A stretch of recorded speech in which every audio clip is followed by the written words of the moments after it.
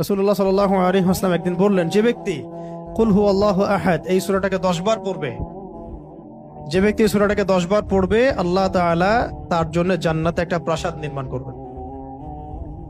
তো এই কথাটা শুনে ওমর রাদিয়াল্লাহু আনহু বললেন, ওমর ইবনুল খাত্তাব তিনি বললেন যে তাহলে তো আমরা অনেক প্রাসাদের অধিকারী হয়ে যাব ইয়া রাসূলুল্লাহ।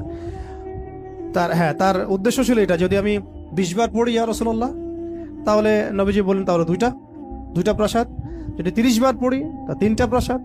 তো ইয়া রাসূলুল্লাহ তাহলে তো আমরা অনেক প্রাসাদের অধিকারী হয়ে যাব। তখন নবীজি বললেন যে আল্লাহ তাআলার দান এর চেয়েও বেশি প্রশস্ত।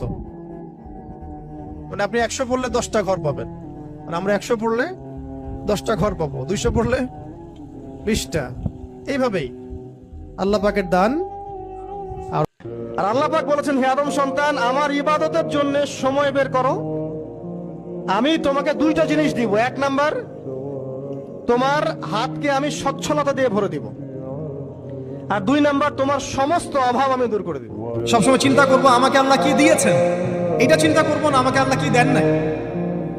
আল্লাহ পাক আমাকে সুস্থ রেখেছেন, নিরাপত্তা দিয়েছেন, আমি খাচ্ছি, পান করছি। এই যে নিয়ামত, আল্লাহ পাকের যে অগণিত নিয়ামত, এটাকে স্মরণ করা এবং সে অনুযায়ী শুকরিয়া আদায় করা। আল্লাহ পাক সবাইকে শুকরিয়া আদায় করার তৌফিক দান করেন। রাসূলুল্লাহ সাল্লাল্লাহু আলাইহি ওয়াসাল্লাম একদিন বললেন, যে ব্যক্তি কুল হুয়াল্লাহু আহাদ এই সূরাটাকে 10 বার পড়বে,